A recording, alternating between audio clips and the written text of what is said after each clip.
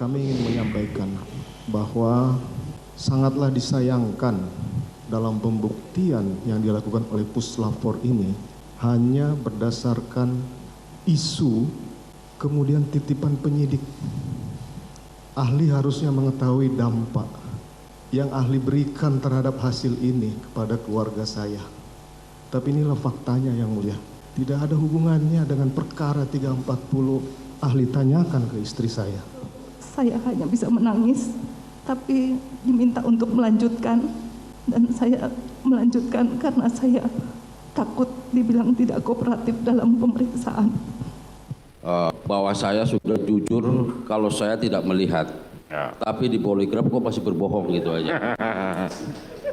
Ya. Terima kasih yang mulia.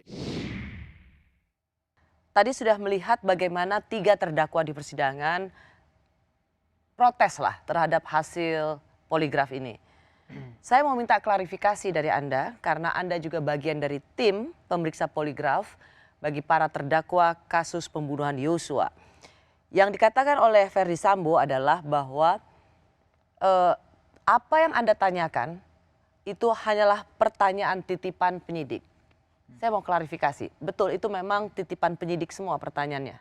Baik, sebetulnya tujuan dari pemeriksaan poligraf ini adalah untuk menjadikan arah terang bagi penyidik bagaimana suatu kasus yang akan dia ungkap, seperti itu. Pertama itu. Yang kedua adalah mengenai titipan.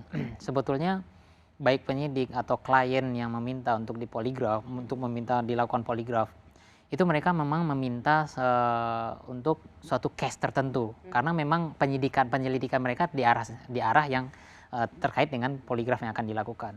Jadi ketika kita melakukan maksud dari titipan tadi itu memang ada permintaan. Ya. Permintaan untuk request dari penyidik. Ya, request dalam artian memang permintaan gitu. Tapi untuk request hasil poligraf itu tidak ada bisa di request. Jadi hasil poligraf itu tidak dapat diotak-atik dan tidak dapat dimanipulasi untuk hasil. Hasilnya, jadi penyidik nggak bisa mengintervensi, bikin hasilnya bohong ya, Betul. bikin hasilnya jujur ya, nggak bisa. Nggak bisa. Tapi saya mau klarifikasi dulu dari sisi pertanyaan. Apakah misalnya pertanyaan soal apakah Anda selingkuh itu memang titipan dari penyidik atau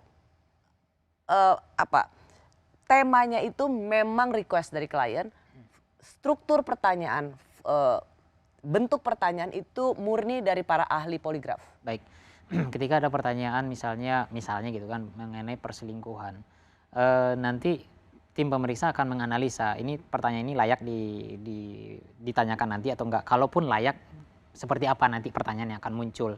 Nah nanti setelah didiskusikan ternyata misalnya layak, baru kita klarifikasi kepada penyidik atau pihak yang meminta bahwa ini bisa dipoligraf terhadap pertanyaan ini, seperti itu. Oke, jadi tidak melulu bisa langsung ahli poligraf ini didikte. Ajukan pertanyaan ini ya, pakai ini ya, itu tidak bisa.